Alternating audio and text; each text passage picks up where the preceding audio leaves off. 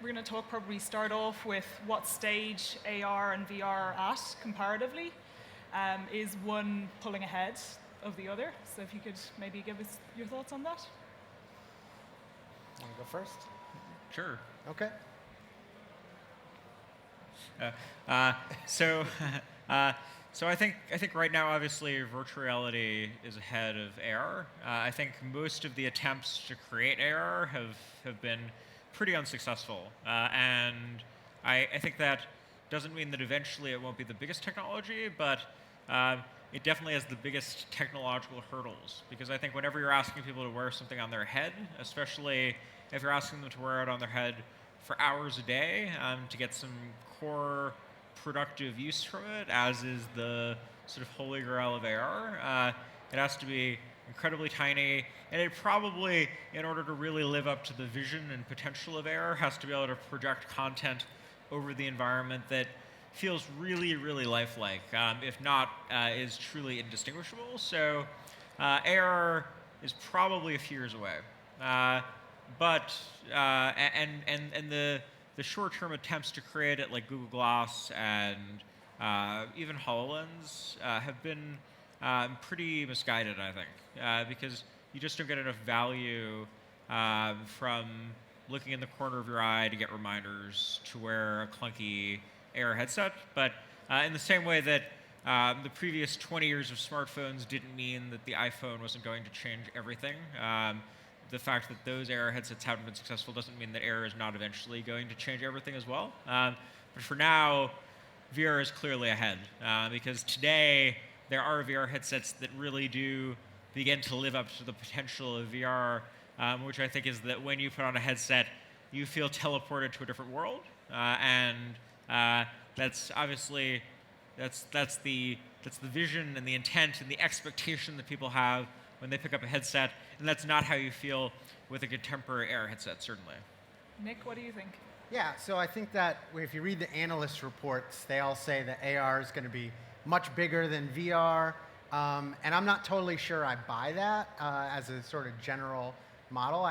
I almost sometimes wonder if they get lumped together because they both have R, like A and VR, and so they kind of get lumped together. I'm not sure they're even really kind of the same thing. AR is like how you present information in a context, and VR is like clearly like a piece of hardware. We're teleporting you somewhere. I almost, as I've thought more and more about it, they almost feel like they're kind of different planes. Google Maps is an AR service, and so I'm not sure that there's another $150 billion for, just because Google Maps already exists, right? So. And it's successful. Do you think that they're so far apart in different planes that there can't be a common ground for them together? Yeah, and I think it's kind of use case, right? So if you think about like what Google Glass is doing, or what HoloLens is trying to do, it's more maybe productivity or notification focused, versus what Magic Leap is more like cinematic. VR is more like cinematic. It's more putting you somewhere completely different. And so that's like really clear, right? Like the software developer, the content creators have to build the whole world around you with whatever content you're doing, and so it's easier to imagine. I think AR is like this sort of infinite possibility, and so it becomes harder to imagine like the specific, I'm going to do this thing. But one doesn't pull ahead necessarily at the cost of the other, I guess is what I'm... No, I don't think so. I mean, I think that they're like important ideas in the world that will evolve and shape as the technology and new processors and miniaturization come to life. I disagree a little bit. I do think that AR, if those technical barriers, which are very, very massive, can be overcome, and I think there's the best chance of that happening that there has been in a very long time because of the incredible amount of money that's being thrown at these problems by companies like Google. Magic Leap raised an additional $1 billion recently. And in the same way that the acquisition of Oculus by Facebook triggered an explosion of VR, over 100 companies working on VR, I think that behind the scenes, there are many, many companies spending unprecedented amounts of money on AR. So, when will it happen? Will it be 2 years from now, 5 years from now, 10 years from now? I'm not sure, but I think eventually the idea of a pair of glasses that is like a regular pair of glasses that projects content over the world that is completely indistinguishable from how you actually see the world every day. I think that clearly is a holy grail, and it clearly sort of destroys all other categories of consumer electronics, because who needs a TV if you can project a TV anywhere? Like, who needs a smartphone? You can project one in your hand. And I think it also does lead to the categories of AR and VR collapsing together, because if you can truly project things over the environment, then you can also project a sort of darkness over the environment and be immersed as well. But I think the implications of AR are much bigger, and they're more mainstream, because AR can start off by replacing the things that everyone has, the billions of TVs and smartphones in the world and the billions of consumer devices, but it also has unprecedented implications, like who needs to leave their house to go to work? Like, who needs to go to a conference if we can project everything about this room? So just to jump in there for a second, when it comes to VR, I mean, I think we talk about it a lot in terms of, the content as we know it, so film and TV and various other forms, but also gaming is obviously huge. Samsung Gear, one of the ads you guys had recently, really pushed VR as being something that connects people, that puts your ad basically had, for anyone who hasn't seen it, has a person on one side of Australia watching the birth of their child on the other side of Australia. What can we look forward to in terms of connecting people and using it more as a communications tool?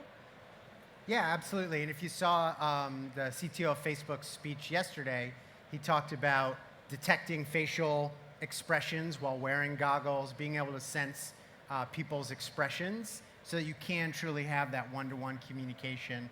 And our hope certainly is by powering VR with a smartphone, what a smartphone does best, which is connecting people, is the sort of the evolution of VR, that it's not purely just gaming or watching videos, but it does become that communication medium. And is that what it needs to do to take it away from being something that, you could say, arguably, sort of nerds and geeks are making for other nerds and geeks? I would never say that. I'll say it for you. But is it, is that the leap that needs to happen for it to get into other areas of life, for it to go truly mainstream?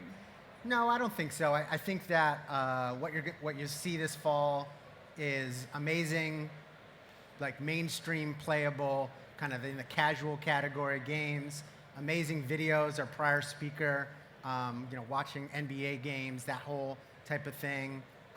Photo viewing totally becomes a different experience, sort of Instagram, but like crazy versions. And that's enough to move VR from where it is now, which is a developer community and the passionate VR community, into an early kind of consumer product. But I think the enterprise side of VR, whether it's brands doing experiential things like the New York Times or Marriott with their VR room service, or then more professional applications, training and those types of things, will lower the kind of social barriers. It's more of like, most people in the world haven't even heard of VR, let alone like, are they bored like we're 18 months into it kind of thing.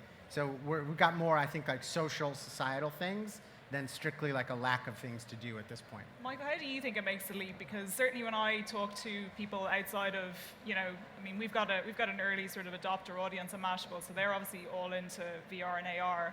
But when I leave that kind of bubble and go talk to my friends, they say VR, AR, what? There's still there is a gap there. How does it make that leap? So I'm sure there are no nerds or geeks here at Web Summit, but actually, I agree that even VR right now can go well beyond the audience that it started in, and I think it starts with mobile VR actually, because the cost can be so low, as Cardboard has shown, as even the Gear VR has shown. Modern VR is really just a piece of plastic with lenses, and if you slot your phone in, then you have very, very low cost. And I think that gaming certainly is always going to be a somewhat niche application, but I think there are massive applications in education. Like, imagine just fundamentally changing how people learn about things. So it goes from reading text in a book to like physically in VR with your hand, developing the same intuition that you develop by bouncing a ball when you're a child, but for much more complex things, or content consumption. As you were talking about, I think VR probably starts out being mainstream by mobile VR being very low cost and people using it for the things they already do every day, like consuming content, and then it expands into really core everyday things like education. Yeah, okay. So there's a big, I think everyone's been hyping this week as potentially a big week for VR, with the New York Times giving away thousands and thousands of Google Cardboard, and then to all of their subscribers this Sunday, and they're releasing then their first film, The Displaced. This could be potentially a huge week for VR. It could be a huge switch-on moment. What do you think is the likelihood of that happening? Yeah, so I think it's a really big moment. In the last 12 months, we've been trying to figure out, okay, who's going to make VR video? How are we going to build those daily habits? Like, what is primetime television for virtual reality, right? When are people going to use it in their day, fit it into the 24 hours? But also how consumers fit it in, they need stuff to watch, right? And so when you have influential organizations like the New York Times, or what Jens just spoke about with Sundance Film Festival, really inspiring the creator community to participate, that's the key thing, right? Because those are the people that create the stuff that make you want to go to the movies, right? We talk about friction. Well, to drive to a theater to see a movie is the ultimate friction, right? And so just trying something on in your house is not nearly the same amount. And if there's great content, then I think people will come. Okay. Mike, any thoughts? Michael, any thoughts on that? Yeah, I think it'll be very interesting to see what percentage of the people who get the New York Times actually use cardboard. But I think cardboard's a great first step, and it is really incredible how pretty good the experience is for a piece of cardboard, which I think is the point. And I think that the point is also that it can be an entry vehicle for showing people, hey, when I hold up this piece of cardboard, I feel teleported to a different world, and I understand things in a different way. And I think that's the key emotion that everyone can respond to. That's not a geek or nerd emotion. Everyone, watches movies, reads books. Everyone grows up and lives every day, I guess, wanting to feel like they can escape to a different planet, different world, different plane of thought. And at its best, I think that's what VR is trying to do. And I think that's very universally applicable.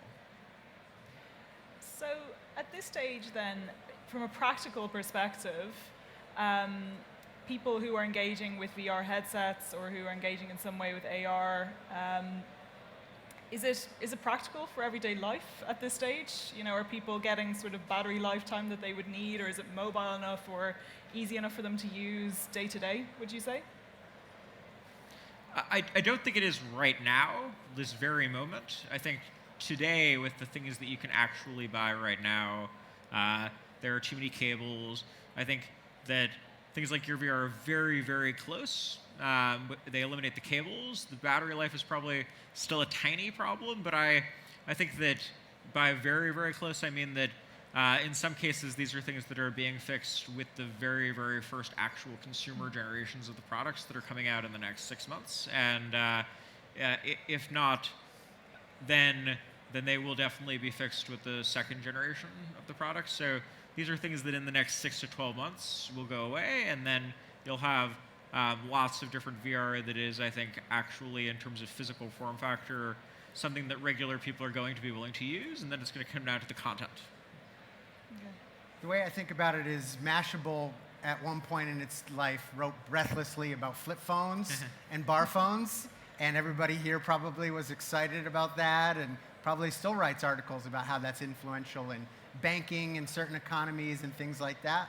And so I think VR is a little bit past the bar phone phase of things, but certainly there's a 10-year technological evolution to add hand tracking, like what Leap is doing, to add position tracking into mobile VR, to add video that's volumetric in nature. So there's a massive technological hurdle, and we'll look back to what we're doing now, which, by the way, will blow people's minds all day, every day. And we're like, I can't believe I was into that, but I'm gonna, at 11:15 or whatever, I'm gonna show a picture of a 1950s television and a family just crowded around it like this is the greatest thing ever. So what super smart guys like you can imagine, like we're all going to live that 10 years from now, but what's here now is pretty amazing, I think. So just to finish up, in the next sort of 12 months with AR and VR, what should we be watching out for?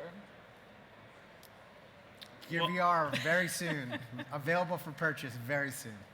Yeah, I agree about VR. I think you're going to see VR get mainstream in the next 12 months. And I think you're going to see that first happening through mobile VR, where the cost is going to be so low and the content, I think, will be there. And I think it is going to start to change education. I think it's going to start to change movies. I think we are already seeing that with Sundance and so forth. AR, I think you're not going to see in consumer hands in the next 12 months, but you may start to see AR that feels good enough, that starts to hint at that grand vision, going to developers over the next 12 months. And that, I think, will be really telling as to how long it's going to take, what it looks like in those 12 months when it starts to go to developers. That's going to be telling about, is it going to be another 2 years? Is it going to be another 5 years, 10 years? But I do still eventually think and sort of dream about that world where the very definition of reality in space and time gets changed by technology, and I think that's the thing that AR has the potential to do. Okay. Thank you very much, both of you. Okay, thank you.